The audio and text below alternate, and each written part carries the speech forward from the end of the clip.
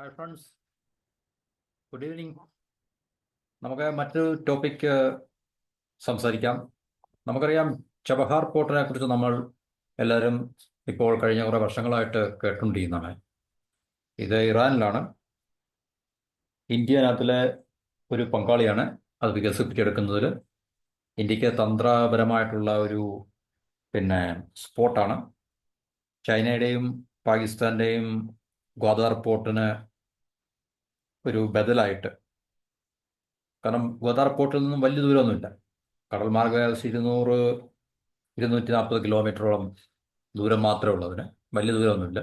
അപ്പോൾ തീർച്ചയായിട്ടും ഈ ചൈനയുടെ ഗ്വാദാർ പോർട്ടിൽ ആയിട്ട് നമ്മൾ താരതമ്യം ചെയ്യുമ്പോൾ, അല്ലെങ്കിൽ അതുമായിട്ട് നമ്മൾ ബന്ധപ്പെടുത്തി നോക്കുമ്പോൾ, ഇന്ത്യയെ സംബന്ധിച്ച് ഇത് വലിയൊരു അച്ചീവ്മെൻ്റ് ആണ്. അപ്പോൾ അതിനെക്കുറിച്ച് നമുക്ക് ചില കാര്യങ്ങൾ ഒന്ന് സംസാരിക്കാം. അതായത് യൂറോപ്പിലേക്കും മധ്യേഷ്യയിലേക്കും,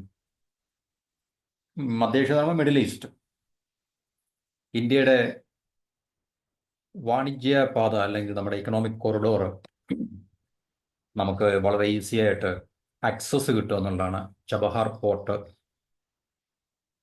നമുക്ക് തുറന്നു തരുന്നൊരു വലിയൊരു, എന്താണ് പറയുന്നത്, ഒരു വലിയൊരു ലോകമാണ് ശരിക്കും പറഞ്ഞത്. ഒരു വാണിജ്യ ലോകം. നമുക്ക് ഇത്രയും നാളും നമ്മളുടെ യൂറോപ്പ് എന്ന് പറയുമ്പോൾ തീർച്ചയായിട്ടും റഷ്യ ഉൾപ്പെടെയുള്ള സെൻട്രൽ ഏഷ്യൻ റിപ്പബ്ലിക്സ് എല്ലാം നമുക്ക് ആക്സസ് കിട്ടാൻ വളരെ ഒരു എളുപ്പ മാർഗമാണത്. നമുക്ക് പാകിസ്ഥാൻ്റെ നിർമ്മാണത്തോടുകൂടി നമുക്ക് നഷ്ടപ്പെട്ട വലിയൊരു അവസരം എന്ന് പറഞ്ഞു കഴിഞ്ഞാൽ, ഈ മിഡിൽ ഈസ്റ്റിലേക്കും പ്രത്യേകിച്ച് സെൻട്രൽ ഏഷ്യൻ യൂറോപ്പിലേക്കും ഒക്കെ തന്നെ നമ്മുടെ ആക്സസ് നമുക്ക് നഷ്ടമായി എന്നുള്ളതാണ്. അപ്പോൾ അതുകൊണ്ട് നമുക്ക് ഒത്തിരി സാമ്പത്തികമായിട്ടുള്ള നഷ്ടങ്ങളും അല്ലെങ്കിൽ നമ്മുടെ വളർച്ചയ്ക്കൊക്കെ ഒത്തിരി വിഘാതങ്ങൾ അത് സൃഷ്ടിക്കുകയൊക്കെ ഉണ്ടായി. അപ്പോൾ അതിനൊക്കെ ഒരു മാറ്റം വന്നുകൊണ്ടിരിക്കുന്ന ഒരു കാഴ്ചയും അല്ലെങ്കിൽ അവസ്ഥയാണ് നമുക്കിപ്പോൾ അനുഭവിക്കാൻ സാധിക്കുന്നത്. അപ്പോൾ ഈ റൂട്ട് അല്ലെങ്കിൽ ഈ ഒരു ഇക്കണോമിക് കോറിഡോർ, ചബഹാർ വഴിയുള്ള ഇക്കണോമിക് കോറിഡോർ അല്ലെങ്കിൽ വാണിജ്യ പാത അല്ലെങ്കിൽ വാണിജ്യ ഇടനാഴി എന്നൊക്കെ നമുക്ക് പറയാം, അത് സാധ്യമായി കഴിഞ്ഞാൽ ഏകദേശം, കാരണം ഇന്ത്യ ചബഹാർ പോർട്ടിൽ ഇൻവെസ്റ്റ് ചെയ്ത് കഴിഞ്ഞു. അപ്പോൾ അതിൻ്റെ പോർട്ടിൻ്റെ ഡെവലപ്മെൻറ്റും അല്ലെങ്കിൽ അതിൻ്റെ നിർമ്മാണങ്ങളൊക്കെ, പുതിയതായിട്ട് നിർമ്മിക്കുന്ന പോർട്ടല്ല, പോർട്ട് അവിടെ ഓൾറെഡി ഉണ്ടായിരുന്നു. പക്ഷേ അതിനെ കൂടുതൽ ഒന്നുകൂടെ മോഡേണൈസ് ചെയ്തെടുക്കുക. അതായത് ചൈന ഗദ്വാറിൽ എന്താണ് ചെയ്തുകൊണ്ടിരുന്നത് അത് തന്നെയാണ് ഇന്ത്യ ചബഹാറിലും ചെയ്യുന്നത്. അപ്പോൾ അത് ഏകദേശം നമുക്ക് യൂറോപ്പിലേക്കുള്ള കപ്പൽ യാത്ര 20 ദിവസം ലാഭിക്കാൻ റൂട്ട് സഹായിക്കും എന്നൊക്കെയുള്ള ഒരു ചില പ്രത്യേകതകൾ അല്ലെങ്കിൽ നേട്ടങ്ങൾ നമുക്ക്. അപ്പോൾ അതിനെക്കുറിച്ച് നമുക്കൊരു ചെറിയ വിവരണമാണ് ഈ ഒരു ടോപ്പിക്കിൽ നമ്മൾ ഉദ്ദേശിക്കുന്നത്. നമുക്കറിയാം, ചൈനയുമായിട്ടുള്ള സൈനിക നീക്കത്തിൻ്റെ ആ ഒരു വെളിച്ചത്തില്ല, അതിനൊക്കെ കഴിഞ്ഞ് അതിനുശേഷം ഇപ്പം നമുക്ക് ശശി തരൂരിനെ പോലുള്ള ആൾക്കാരെയൊക്കെ തിരഞ്ഞെടുത്ത ഇന്ത്യ രാജ്യത്ത് ലോകത്തിൻ്റെ പല സ്ഥലങ്ങളിലേക്കും ഇന്ത്യൻ ഡെലിഗേറ്റ്സിനെ അയച്ചുകൊണ്ടിരിക്കുകയാണ്. കാരണം പാകിസ്ഥാനെതിരെ ശക്തമായിട്ടുള്ള ഒരു, ഇല്ലേ, അവരെന്താണെന്ന് ലോകത്തിന് അറിയിച്ചു കൊടുക്കുക കൃത്യമായിട്ട് എന്നുള്ളൊരു ഉദ്ദേശ ലക്ഷ്യത്തോടു കൂടി തന്നെ ആ ഒരു നയതന്ത്ര പാത നമ്മൾ തുറന്നു കഴിഞ്ഞിരിക്കുന്നു. പാകിസ്ഥാൻ അത് ഇമിറ്റേറ്റ് ചെയ്ത് അവർ ചെയ്യാൻ പോവുകയാണത്. കാരണം അവർ പറയുന്നത് ഇന്ത്യയാണ് ഏറ്റവും വലിയ തീവ്രവാദ സ്പോൺസർ ചെയ്യുന്ന രാജ്യം, പാകിസ്ഥാൻ അതിൻ്റെ ഇരയാണ്, വിക്റ്റിമാണ് എന്നൊക്കെ ലോകത്തിൻ്റെ മുമ്പിൽ പോയി കള്ളം പറയാൻ വേണ്ടി അവരും ഇതുപോലെ ഒരു പരിപാടി ആരംഭിച്ചിട്ടുണ്ടെന്നാണ് നമുക്ക് ചില റിപ്പോർട്ടുകളിൽ നിന്ന് മനസ്സിലാക്കാൻ സാധിക്കുന്നത്. ഓക്കെ, അതിലായിക്കോട്ടെ. പക്ഷെ ലോകത്തിന് നന്നായിട്ടറിയാം ആരാണ് ലോകത്തിൻ്റെ തീവ്രവാദ ഹെഡ് ക്വാർട്ടേഴ്സ് എന്നും അല്ലെങ്കിൽ ടെറർ ഹബ് ഏതാണെന്നൊക്കെ നമുക്ക് ലോകത്തിൻ്റെ എല്ലാവർക്കും അറിയാം. ലോക രാജ്യങ്ങൾക്ക്, ലോകത്തുള്ള ജനങ്ങൾക്കറിയാം. ലോകത്തുള്ള പല ഭരണകൂടങ്ങൾ അത് ചിലപ്പോൾ സമ്മതിക്കത്തില്ലായിരിക്കും. കാരണം അതവരുടെ എന്താണ് അവരുടെ ദേശീയ താല്പര്യത്തിന്. ഇപ്പോൾ അമേരിക്കയ്ക്ക് തീർച്ചയായിട്ടും അറിയാമല്ലോ പാകിസ്ഥാൻ എന്താണെന്നുള്ള കാര്യം. പക്ഷേ അമേരിക്കയുടെ താല്പര്യങ്ങളെ സംരക്ഷിക്കാൻ വേണ്ടി അവർ പാകിസ്ഥാനെ സപ്പോർട്ട് ചെയ്യുകയും ഇപ്പോഴും സപ്പോർട്ട് ചെയ്യുകയും, ഇല്ലേ, പാകിസ്ഥാൻ പൊളിഞ്ഞ് താഴെ വീഴാതെ അതിനെ താങ്ങി നിർത്തുകയൊക്കെ ചെയ്യുന്നത് അമേരിക്കയും കൂടിയാണ് എപ്പോഴും. ചൈന അല്ലെങ്കിൽ മറ്റ് രാജ്യങ്ങളൊക്കെ, ഈ ടർക്കി, ഇപ്പം നമുക്ക് പെട്ടെന്ന് പേരെടുത്ത് പറയാൻ പറ്റുന്ന രാജ്യങ്ങളാണ് അതൊക്കെ. അപ്പോൾ അങ്ങനെ പല രാജ്യങ്ങളും പാകിസ്ഥാനെ സപ്പോർട്ട് ചെയ്യുന്നുണ്ട്, ഒളിഞ്ഞും തൊലഞ്ഞും ഒക്കെ തന്നെ. പക്ഷേ അവർക്കും അറിയാം പാകിസ്ഥാൻ തീവ്രവാദത്തിൻ്റെ ഹെഡ് ക്വാർട്ടേഴ്സാണ് അല്ലെങ്കിൽ ഹബ്ബാണെന്നൊക്കെയുള്ള എല്ലാവർക്കും അറിയാം. അതിന് പ്രത്യേകിച്ച് അവർ പോയിട്ട് ഇന്ത്യയെക്കുറിച്ച് അവർ വലിയ പ്രസ്താവന ഇറക്കോ പ്രസംഗം നടത്തേണ്ട ആവശ്യമൊന്നുമില്ല. കാരണം ഇന്ത്യ എത്രത്തോളം റെസ്പോൺസിബിൾ ആയിട്ടുള്ള സ്റ്റേറ്റ് ആണെന്നുള്ളത് ലോകരാജ്യങ്ങൾക്ക് അറിയാൻ പറ്റും. ഓക്കെ, അപ്പം ഇന്ത്യ ഒരു നയതന്ത്ര പാത അല്ലെങ്കിൽ നയതന്ത്രപരമായിട്ടുള്ള ഡിപ്ലോമാറ്റിക് ആയിട്ടുള്ള മാർഗങ്ങളിലേക്ക് നമ്മൾ അത് ജസ്റ്റ് ഇനിഷ്യേറ്റ് ചെയ്ത് കഴിഞ്ഞു. പ്രധാനപ്പെട്ട രാജ്യങ്ങളിലേക്ക്, ലോകത്തിലെ പ്രധാനപ്പെട്ട രാജ്യങ്ങളുണ്ടല്ലോ, ഇപ്പോൾ അമേരിക്ക ഉൾപ്പെടെയുള്ള പ്രധാനപ്പെട്ട രാജ്യങ്ങൾ, അമേരിക്ക, റഷ്യ, ബ്രിട്ടൻ, ഫ്രാൻസ്, ഇല്ല ഇതുപോലുള്ള രാജ്യങ്ങൾ, അതുപോലെ മിഡിൽ ഈസ്റ്റിലെ സൗദി, UAE, ഖത്തർ, ഇതുപോലുള്ള രാജ്യങ്ങളൊക്കെ തന്നെ ഇന്ത്യയുടെ പ്രതിനിധികളെ ഇന്ത്യ അയക്കാൻ വേണ്ടി, ഈ കാര്യങ്ങൾ വിശദീകരിക്കാൻ വേണ്ടി, പ്രത്യേകിച്ച് പഹൽഗാം ആക്രമണത്തിൻ്റെ വെളിച്ചത്തിൽ പാകിസ്ഥാൻ എന്താണ് എന്നുള്ള കൃത്യമായിട്ട് വിവരിക്കാൻ വേണ്ടി, അല്ലെങ്കിൽ ലോകത്തെ മുമ്പിൽ പാകിസ്ഥാനെ തുറന്നു കാട്ടാൻ വേണ്ടി നമ്മൾ അതിനുള്ളൊരു നയതന്ത്ര സംഘത്തെ രൂപീകരിക്കുകയും അത് അവരവരുടെ പണി തുടങ്ങുകയൊക്കെ ചെയ്തിട്ടുണ്ട്. അപ്പം നമ്മൾ സാമ്പത്തികമായിട്ടും ഇപ്പം ഒരു രാജ്യത്തിനെതിരെ നമ്മൾ യുദ്ധം ചെയ്യുമ്പോൾ നേരിട്ട് നമ്മളിപ്പം കണ്ട് ബോംബിടുകയും അല്ലെങ്കിൽ അങ്ങോട്ടും ഇങ്ങോട്ടും വെടിവെക്കുകയും ചെയ്യുന്ന മാത്രമല്ല യുദ്ധം എന്ന് പറയുന്നത്. അത് നമുക്ക് എപ്പോഴും ചെയ്യാൻ സാധിക്കുന്നുണ്ട്. അതിനോടൊപ്പം തന്നെ അല്ലെങ്കിൽ അത് ചെയ്യുന്നതിന് മുമ്പ് അല്ലെങ്കിൽ അത് ചെയ്തതിന് ശേഷം നമുക്ക് ഒരു രാജ്യത്തിന്, പ്രത്യേകിച്ച് നമുക്ക് പാകിസ്ഥാനെതിരെ ബഹുമുഖ എന്ന് വെച്ചാൽ അതിന് ഹൈബ്രിഡ് വാർ എന്നൊക്കെ നമുക്ക് പറയാൻ പറ്റും. മൾട്ടി ഫ്രണ്ട് അല്ലെങ്കിൽ മൾട്ടി ഫേസറ്റഡ് വാർ എന്നുവെച്ചാൽ പല വശങ്ങളിൽ നിന്നുള്ള യുദ്ധങ്ങൾ നമുക്ക് തുറക്കേണ്ടി വരും, യുദ്ധമുഖങ്ങൾ നമുക്ക് തുറക്കേണ്ടി വരും. അതിലൊന്ന് വാണിജ്യമാണ്, നയതന്ത്രപരമാണ്. അതുപോലുള്ള പല മേഖലകൾ ഏതൊക്കെ രീതിയിൽ നമുക്ക് ആ രാജ്യത്തിനെതിരെ അല്ലെങ്കിൽ ആ രാജ്യത്തിനെ നമുക്ക് സമ്മർദ്ദത്തിലാക്കാൻ സാധിക്കുമോ, ഫൈനാൻഷ്യൽ വാർ, ഇക്കണോമിക് വാർ, ട്രേഡ് വാർ, ഇല്ല ഇതെല്ലാം നമുക്ക് വ്യത്യസ്തമായിട്ടുള്ള യുദ്ധമുറകളാണ് ഒരു രാജ്യത്തിനെതിരെ ഉപയോഗിക്കാൻ പറ്റുന്നത്. അപ്പോൾ അതെല്ലാം ഉപയോഗിച്ച് നമ്മൾ പാകിസ്ഥാനെ പരമാവധി, ഇപ്പം നമ്മൾ പാകിസ്ഥാനും നമ്മുടെ വെള്ളത്തിൻ്റെ ജല കരാറുകൾ നമ്മൾ റദ്ദാക്കുകയും പാകിസ്ഥാന് ജലം നിഷേധിക്കുകയൊക്കെ ചെയ്തു. അതൊക്കെ നമ്മുടെ യുദ്ധമുറയാണ്. അതുപോലെ തന്നെ വ്യാപാരങ്ങൾ നമ്മൾ അവസാനിപ്പിച്ചു, ഇല്ലേ? അതുപോലെ തന്നെ ആൾക്കാർക്ക് വരാനും പോകാനുള്ള വിസ നമ്മൾ റദ്ദാക്കുന്നു, ഫ്ലൈറ്റുകൾ റദ്ദാക്കുന്നു. ഇനി ട്രെയിൻ സർവീസ് ഉണ്ടെങ്കിൽ, ബസ് സർവീസുകളുണ്ടെങ്കിൽ അതിർത്തി കടന്ന് അത് റദ്ദാക്കുന്നു ടോട്ടലി. അപ്പോൾ ഇങ്ങനെയുള്ള വ്യത്യസ്തമായിട്ടുള്ള യുദ്ധമുറകളാണ്. അപ്പോൾ തീർച്ചയായിട്ടും ഈ പറഞ്ഞ കാര്യങ്ങൾ കൊണ്ടൊക്കെ ആ രാജ്യത്തിന് നഷ്ടങ്ങൾ ഉണ്ടാകുകയും അല്ലെങ്കിൽ ബുദ്ധിമുട്ടുകൾ ഉണ്ടാകുകയും ചെയ്യും എന്ന് ഉള്ളൊരു യഥാർത്ഥം നിലനിൽക്കുന്നുണ്ടല്ലോ ഇത് നമുക്ക് ചെയ്യാൻ സാധിക്കുന്നതല്ല. അപ്പോൾ അതുകൊണ്ട് പാകിസ്ഥാനെ പരമാവധി വരിഞ്ഞു മുറുക്കുക അല്ലെങ്കിൽ സമ്മർദ്ദത്തിലാക്കുക, എന്നിട്ട് അവരെ പരമാവധി സാമ്പത്തികമായിട്ട് ഞെരുക്കുക. സാമ്പത്തികമായിട്ട് ഞെരുങ്ങുമ്പോൾ തീർച്ചയായിട്ടും അതിനകത്തിൽ സോഷ്യൽ പൊളിറ്റിക്കൽ ഇഷ്യൂസ് ഉണ്ടായിക്കോളും. അപ്പോൾ അതാണ് ഇന്ത്യയുടെ ഒരു പ്രധാനപ്പെട്ട നയം ഇപ്പോൾ. കാരണം നമുക്ക് നേരിട്ടുള്ള യുദ്ധം കൂടുതൽ ചെയ്യുവാൻ സാധിക്കത്തില്ല.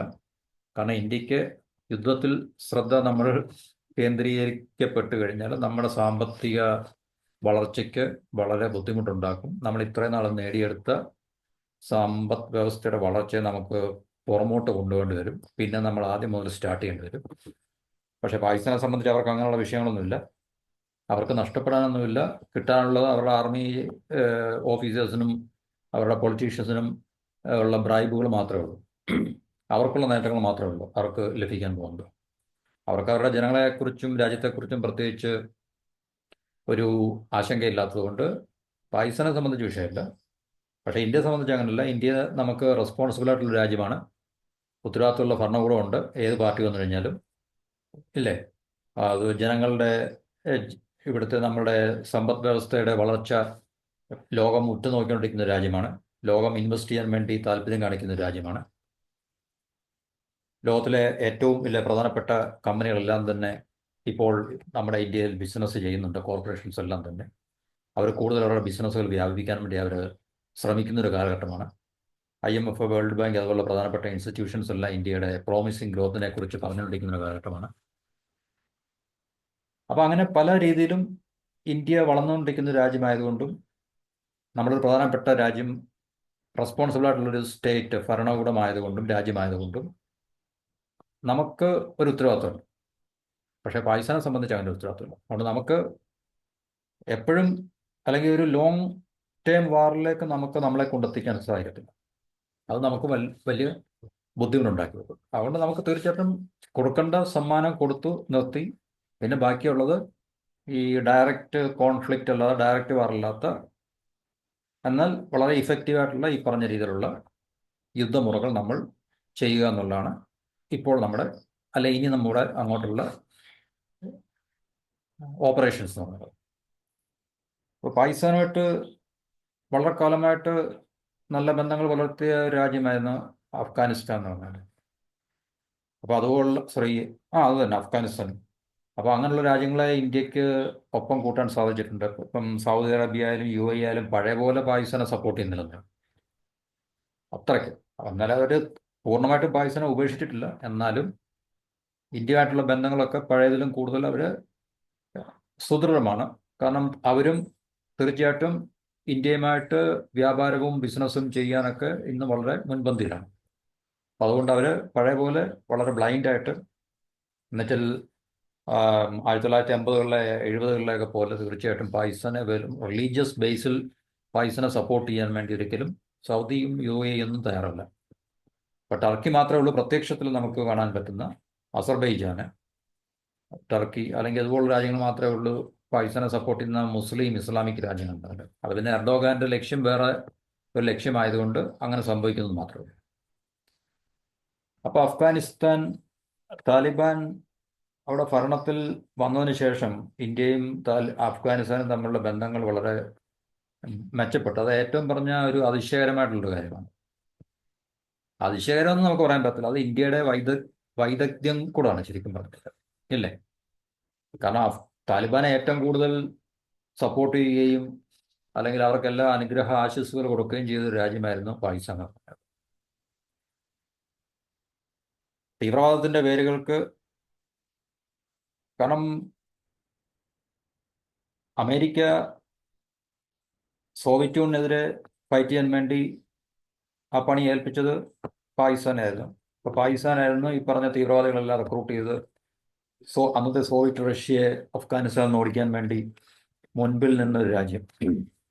മുജാഹിദിനെ, നമ്മുടെ ഒസാമ ബിൻ ലാദൻ്റെയൊക്കെ ഒരു ഹിസ്റ്ററി നമ്മൾ പരിശോധിച്ചു കഴിഞ്ഞാൽ, പിന്നെ അതിനുശേഷം അൽ ഖ്വയ്ദ, താലിബാനൊക്കെ ഉണ്ടായി. അന്നേരം എല്ലാം പാകിസ്ഥാൻ അവരോടൊപ്പമായിരുന്നു. പാകിസ്ഥാനായിരുന്നു ഇതിൻ്റെ എല്ലാം ഫ്രണ്ട് ലൈനിൽ അവരെ സപ്പോർട്ട് ചെയ്യാനും ട്രെയിൻ ചെയ്യാനും ആം ചെയ്യാനും ഒക്കെ തന്നെ അമേരിക്കയുടെ ലീഡർഷിപ്പോടുകൂടി.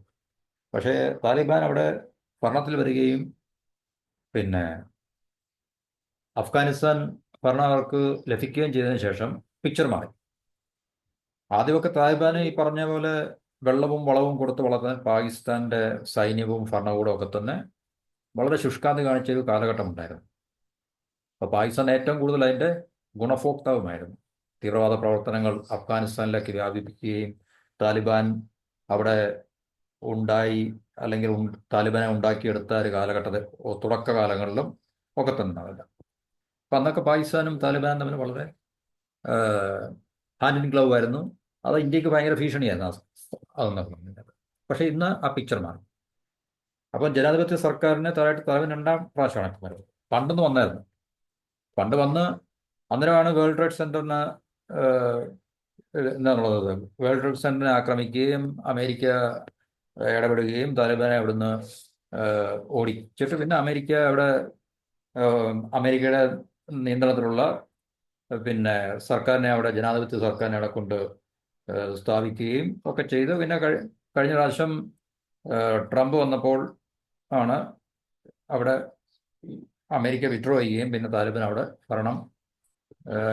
താലിബാനെ ഭരണം ഏൽപ്പിച്ചു കൊടുക്കുകയും ചെയ്തു 2ാമത്തെ പ്രാവശ്യം. അപ്പോൾ പാകിസ്ഥാൻ ഭയങ്കര സന്തോഷമായിരുന്നു. കാരണം താലിബാൻ അവിടെ അധികാരത്തിൽ വന്നു. ഇനി അഫ്ഗാനിസ്ഥാന്റെ പൂർണ്ണമായിട്ടുള്ള നിയന്ത്രണം അവിടെ പൂന്ത് വിളയാടാമെന്ന് പാകിസ്ഥാൻ വിചാരിച്ചു. പക്ഷേ പ്രതീക്ഷയ്ക്ക് വലിയ തിരിച്ചടി സംഭവിച്ചു. താലിബാന്റെ സ്വഭാവം, കാരണം ഭരണത്തിൽ വന്ന താലിബാൻ പഴയ ഒരു കാർക്കശ്യ നിലപാട്, ഹാർഡ് കോർ എന്ന് പറഞ്ഞാൽ അവർ ഇന്ത്യയിൽ ഒക്കെ, പക്ഷേ പുറം രാജ്യങ്ങളുമായിട്ടുള്ള പ്രത്യേകിച്ച് അവരുടെ ഈ ഫോറിൻ റിലേഷൻസിലൊക്കെ വളരെ അയവ് വരുത്തുകയും ലോകത്തിൻ്റെ സ്വീകാര്യത കിട്ടാനും പഴയ പോലെ അമേരിക്ക അവർക്കെതിരെ വാളെടുക്കരുതെന്നുള്ളൊരു തീരുമാനത്തിൻ്റെ അടിസ്ഥാനത്തിൽ വളരെ നല്ല സ്വഭാവമുള്ള ഒരു ഭരണകൂടമായി മാറുവാൻ ശ്രമിക്കുന്നതിൻ്റെ ഫലമായിട്ട് പാകിസ്ഥാനെ പണിയിട്ടു. അപ്പോൾ പാകിസ്ഥാനെ പണിയിട്ട് എന്ന് പറയുമ്പോൾ പാകിസ്ഥാനായിട്ടുള്ള ബന്ധം അതിൻ്റെ പേരിൽ വഷളാകാൻ തുടങ്ങി. അഫ്ഗാനിസ്ഥാനിലുള്ള അഭയാർത്ഥികൾ ഇഷ്ടംപോലെ പാകിസ്ഥാനിലുണ്ട്. അപ്പോൾ ഈ അഫ്ഗാനിസ്ഥാനിലുള്ള ഈ അഭയാർത്ഥികളോടൊക്കെ പാകിസ്ഥാൻ വളരെ നീചമായിട്ടുള്ള രീതിയിലാണ് പെരുമാറുന്നത്. അപ്പോൾ അവരെ അവിടുന്ന് പുറത്താക്കുകയോ ചെയ്തിട്ടുണ്ട്. ഇത് താലിബാനെ കൂടുതൽ പിന്നെ ഇറിറ്റേറ്റ് ചെയ്യുകയും അത് പാകിസ്ഥാനായിട്ടുള്ള ബന്ധം വഷളാകാനൊക്കെ കാരണമാക്കുകയും ചെയ്യും. അതുപോലെ തന്നെ പാകിസ്ഥാനിൽ താലിബാൻ പിന്തുണയുള്ള തീവ്രവാദികളുണ്ട്, തെഹ്രിക്ക് താലിബാൻ എന്നൊക്കെ പറഞ്ഞ്. അവർ പാകിസ്ഥാനിൽ നിരന്തരമായിട്ട് ഈ ബലൂചിസ്ഥാൻ നടക്കുന്ന പോലെ തന്നെ നിരന്തരമായിട്ടുള്ള ആക്രമണം നടത്തിക്കൊണ്ടിരിക്കുകയാണ്. അപ്പോൾ അതും ഈ രണ്ട് രാജ്യങ്ങൾ തമ്മിലുള്ള ബന്ധങ്ങൾ കൂടുതൽ വഷളാകാൻ തുടങ്ങി. അത് ഇന്ത്യ മുതലെടുത്തു. വളരെ കണ്ണിങ് ആയിട്ട്, വളരെ വിദഗ്ധമായിട്ട് ഇന്ത്യ ആ ഒരു പിന്നെ സംഭവം മുതലെടുത്തെന്ന് പറഞ്ഞാൽ നമുക്കറിയാം അതിൻ്റെ പിന്നിലുള്ള ഭരണകൂടത്തിൻ്റെ കളികൾ നമുക്ക് ഊഹിക്കാവുന്നേ ഉള്ളൂ. എന്നാൽ അതിനെക്കുറിച്ച് നമുക്ക് കൃത്യമായിട്ടുള്ള അറിവുകളൊന്നുമില്ല. അതൊക്കെ സീക്രസി അല്ലെങ്കിൽ സീക്രട്ടായിട്ടുള്ള കാര്യങ്ങളാണ്. എന്നാൽ നമുക്ക് ചില കാര്യങ്ങൾ നമുക്ക് അനുമാനിക്കാൻ പറ്റും. എന്തുകൊണ്ട് ഇന്ത്യക്ക് താലിബാനായിട്ട് ഇപ്പോൾ കൂടുതൽ എന്താണ് ഫ്രണ്ട്ലി ആയിട്ടുള്ള റിലേഷൻസ്, അല്ലെങ്കിൽ താലിബാൻ ഇതിന് തയ്യാറായത് എന്നൊക്കെയുള്ള നമുക്ക് മനസ്സിലാക്കാൻ സാധിക്കും. കാരണം സ്വാഭാവികമായിട്ട് നമ്മൾ പരിശോധിക്കുകയാണെങ്കിൽ സ്വാഭാവികമായിട്ട് അല്ലെങ്കിൽ നാച്ചുറലായിട്ട് താലിബാന് പാകിസ്ഥാനോടാണ് ഏറ്റവും കൂടുതൽ ലവ് അഫെയർ തോന്നുന്നത്. പക്ഷേ അത് നമുക്ക് താലിബാൻ അധികാരത്തിൽ വന്നതിന് ശേഷം നമ്മൾ കാണുന്ന കാഴ്ച എന്ന് പറഞ്ഞാൽ നമ്മളെ ഞെട്ടിപ്പിക്കുന്ന ഒരു കാര്യമാണ്, അമ്പരപ്പിക്കുന്ന ഒരു കാര്യമാണ്. പാകിസ്ഥാനോട് ടോട്ടലി അവർ അടിച്ചു പിരിഞ്ഞു. കാരണം രണ്ടുപേരും തമ്മിൽ ഇപ്പോൾ കണ്ടു കഴിഞ്ഞാൽ അങ്ങോട്ടും ഇങ്ങോട്ടും യുദ്ധം ചെയ്യാൻ തയ്യാറായിട്ട് രണ്ട് രാജ്യങ്ങളെ മാറിക്കഴിഞ്ഞു. അപ്പോൾ ഇങ്ങനെയൊക്കെയുള്ള ചില നമ്മുടെ റീജിയനിൽ, ഈ പറഞ്ഞ ഇന്ത്യയുടെ റീജിയനിൽ ഇതിനുള്ള ചേഞ്ചസ് ഉണ്ടായി.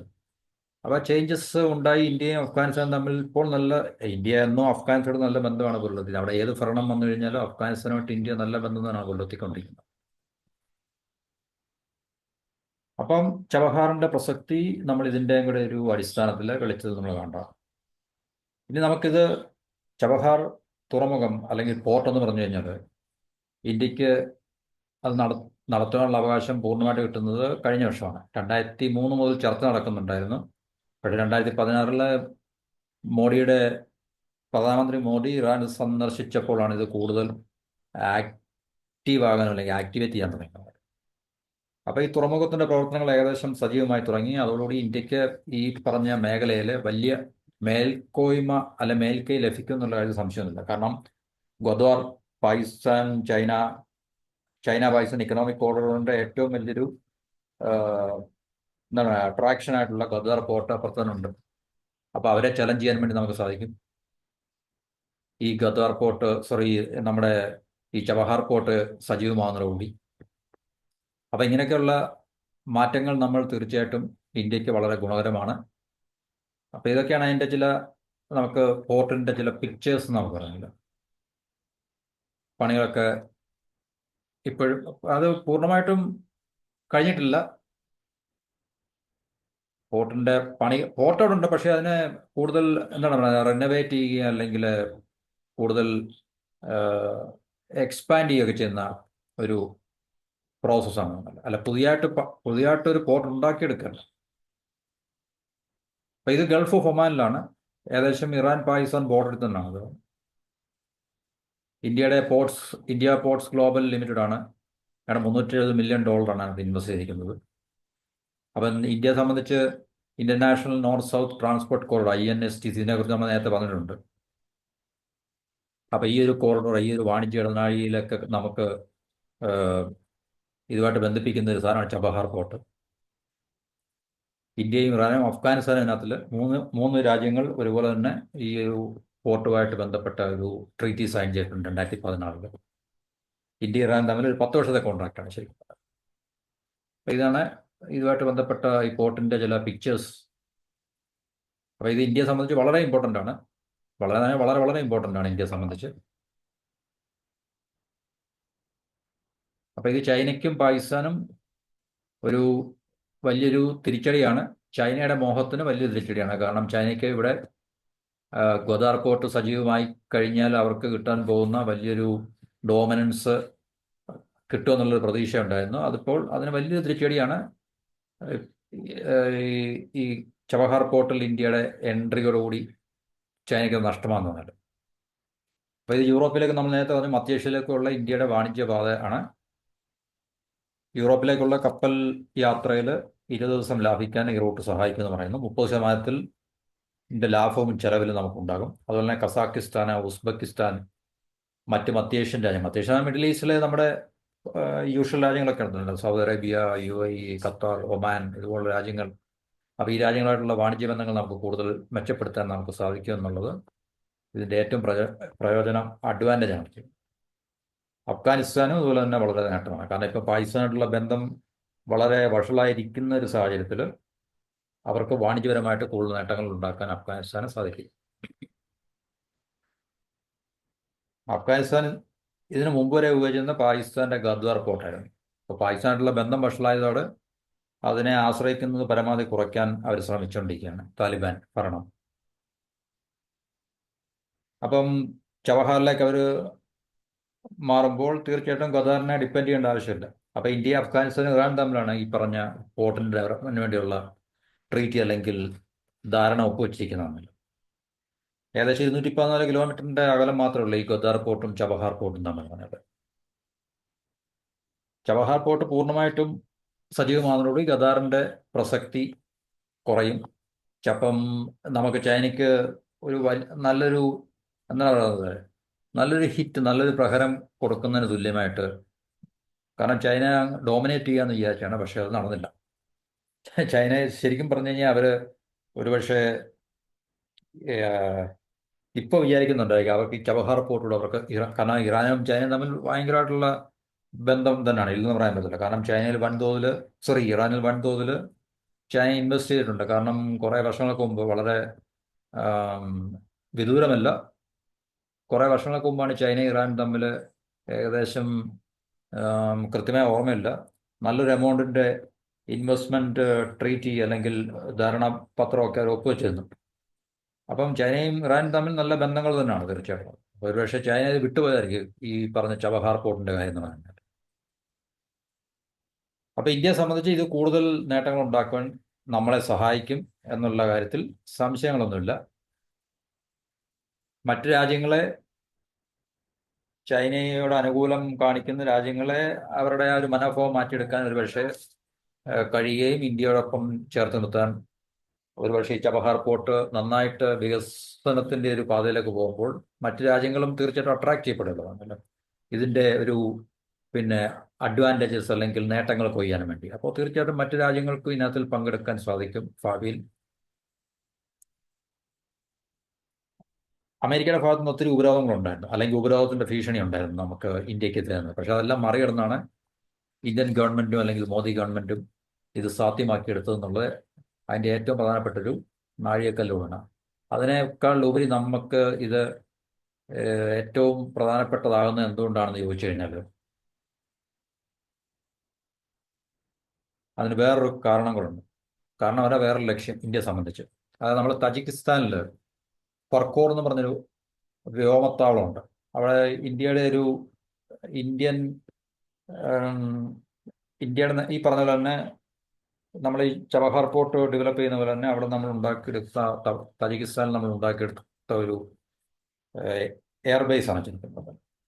അപ്പോൾ അവിടെ അത് നമ്മൾ ശരിക്കും പറഞ്ഞാൽ ആർക്കും അറിയത്തില്ലത്, പൊതുവേ ആർക്കും അറിയത്തില്ല, ഇന്ത്യയിൽ പൊതുവേ ആർക്കും അറിയത്തില്ലത് എന്നുള്ളത്. ഇന്ത്യക്ക് തന്ത്രപ്രധാനമായിട്ടുള്ള എയർബേസ് തജിക്കിസ്ഥാനിൽ ഉണ്ടെന്നുള്ള കാര്യം. അപ്പോൾ ആ ഒരു എയർബേസുമായിട്ട് വ്യോമത്താവളത്തിലേക്ക് നമുക്ക് എത്താൻ കൂടി ലക്ഷ്യമിട്ടാണ് ഇന്ത്യ ചബഹാർ തുറമുഖം വികസിപ്പിക്കുന്നതാണ് വിദഗ്ധർ പറയുന്നത്. അപ്പം 3 പതിറ്റാണ്ടുകളായിട്ട്, ഏകദേശം 3 ദശാബ്ദങ്ങളായിട്ട് ഇന്ത്യയും തജിക്കിസ്ഥാനും തമ്മിൽ സൈനിക സഹകരണമുണ്ട്. 2011 അമേരിക്കയിലെ വേൾഡ് ട്രേഡ് സെന്റർ ആക്രമണത്തിന് പിന്നാലെയാണ് ഇന്ത്യയുടെ അഫ്ഗാനിസ്ഥാന്റെ അതിർത്തി 150 കിലോമീറ്റർ അകലെയുള്ള തജിക്കിസ്ഥാനിൽ അവരുടെ വ്യോമസേനയുടെ സഹകരണത്തോടെ എയർബേസ് വാങ്ങിക്കുന്നത്. അപ്പം അതിനെക്കുറിച്ച് നമ്മൾ മറ്റൊരു റിപ്പോർട്ട്, അത് ഈ അടുത്ത സമയത്തൊക്കെ പല മാധ്യമങ്ങളിലും യൂട്യൂബിലൊക്കെ വന്നാണത്. അപ്പം അതിൻ്റെ ഇമ്പോർട്ടൻസ് ഇന്ത്യയെ സംബന്ധിച്ച് വളരെ എളുപ്പമാണ്. കാരണം അവിടെ നിന്നൊക്കെ നമുക്ക് പാകിസ്ഥാനെ അറ്റാക്ക് ചെയ്യാൻ വളരെ എളുപ്പമാണ് നമുക്ക്. അപ്പോൾ ഒരു പാകിസ്ഥാനായിട്ട് യുദ്ധം ഉണ്ടായിക്കഴിഞ്ഞാൽ, പൂർണ്ണമായിട്ടും ഒരു ഫുൾ ഫ്ലഡ്ജ് വാർ ഉണ്ടായിക്കഴിഞ്ഞാൽ, നമുക്ക് ഈ തജിക്കിസ്ഥാനിലെ ഈ പറഞ്ഞ പർക്കോർ എയർബേസ് ഉപയോഗിച്ചിട്ട് നമുക്ക് പാകിസ്ഥാനെ സുന്ദരമായിട്ട് നമുക്ക് ചാമ്പാം എന്നുള്ളൊരു അഡ്വാൻറ്റേജ് നമുക്കുണ്ട്. അപ്പൊ ഈ ഒരു വ്യോമത്താവളത്തിലേക്ക് നമുക്ക് എത്തുവാൻ വേണ്ടി കൂടാണ് ഇന്ത്യ ചബഹാർ തുറമുഖം ലക്ഷ്യമിട്ടിരിക്കുന്നത് എന്നുള്ളതാണ് പിന്നെ വിദഗ്ധർ പറയുന്നത് എന്നാണ് നമുക്കറിയാൻ സാധിക്കുന്നത്. അപ്പൊ ഇതാണ് ചബഹാർ പോർട്ടിന്റെ ഇമ്പോർട്ടൻസ് ഇന്ത്യയെ സംബന്ധിച്ച്. അതുകൊണ്ട് തീർച്ചയായിട്ടും ചൈനയുടെയും പാകിസ്ഥാന്റെയും ഒക്കെ ആ ഒരു ഡോമിനൻസ് അവർക്ക് കിട്ടുമായിരുന്നു എന്നുള്ള പ്രതീക്ഷയ്ക്കും അങ്ങനെ ഏറ്റു കഴിഞ്ഞു. ഓൾറെഡി ഈ ചബഹാർ പോർട്ട് ഇന്ത്യ ഏറ്റെടുത്ത് വികസിപ്പിക്കാൻ തുടങ്ങിയതിനു ശേഷം. കാരണം ഇവിടെ നമുക്ക് ഇറാനിൽ കൂടെ ഇപ്പൊ ഇന്ത്യക്ക് ചബഹാർ പോർട്ടിലേക്ക് സാധനങ്ങൾ എത്തിച്ചിട്ട് അത് ഇറാൻ വഴി നമുക്ക് അഫ്ഗാനിസ്ഥാനിൽ എത്തിക്കാൻ സാധിക്കും. മറ്റേ നമുക്ക് പാകിസ്ഥാനെ ആശ്രയിക്കണമായിരുന്നു എളുപ്പ വഴി കൊണ്ടുപോകാൻ അഫ്ഗാനിസ്ഥാനിലേക്ക്. കാരണം പാകിസ്ഥാനായിട്ടുള്ള ബന്ധം വഷളായി നിൽക്കുന്നൊരു കാലഘട്ടത്തിലും അല്ലെങ്കിൽ ഏത് സമയത്തും വഷളാകാൻ സാധ്യത ഉണ്ടെന്നിരിക്കുകയും നമുക്കത് ആശ്രയിക്കാൻ പറ്റത്തില്ല. അതുകൊണ്ട് നമുക്ക് തീർച്ചയായിട്ടും ഇന്ത്യയിൽ നിന്നും അഫ്ഗാനിസ്ഥാനിലേക്ക് ഇനിയും വാണിജ്യം കൂടുതൽ സൗകര്യപ്രദമായിട്ട് നമുക്ക് നടത്താൻ ഈ ചബഹാർ പോർട്ട് വഴി സാധിക്കും എന്നുള്ളതാണ് ഇതിൻ്റെ തന്ത്രപ്രധാനമായിട്ടുള്ളൊരു പ്രയോജനം എന്ന് പറഞ്ഞിട്ടുണ്ട്. അപ്പൊ ഇതൊക്കെയാണ് ഇതിൻ്റെ കൂടുതൽ പിക്ചേഴ്സ് എന്ന് പറഞ്ഞത്. വളരെ വലിയൊരു പോർട്ടാണ്. അപ്പൊ ഇത്രയാണ് നമുക്ക് ഈ ഒരു ടോപ്പിക്കിനെ കുറിച്ച് ഇവിടെ വിവരിക്കാനുള്ളത്. മറ്റൊരു ടോപ്പിക്കുമായിട്ട് അടുത്ത വീഡിയോയിൽ നമുക്ക് കാണാം. എല്ലാവർക്കും ഒരിക്കൽ കൂടി നന്ദി, നമസ്കാരം. ചാനൽ ദയവായി സബ്സ്ക്രൈബ് ചെയ്യുക, സപ്പോർട്ട് ചെയ്യുക. മറ്റൊരു പ്രധാനപ്പെട്ട ടോപ്പിക്കുമായിട്ട് അടുത്ത വീഡിയോയിൽ നമുക്ക് കാണുന്നവരെ എല്ലാവർക്കും have a wonderful day. Thank you for watching and listening.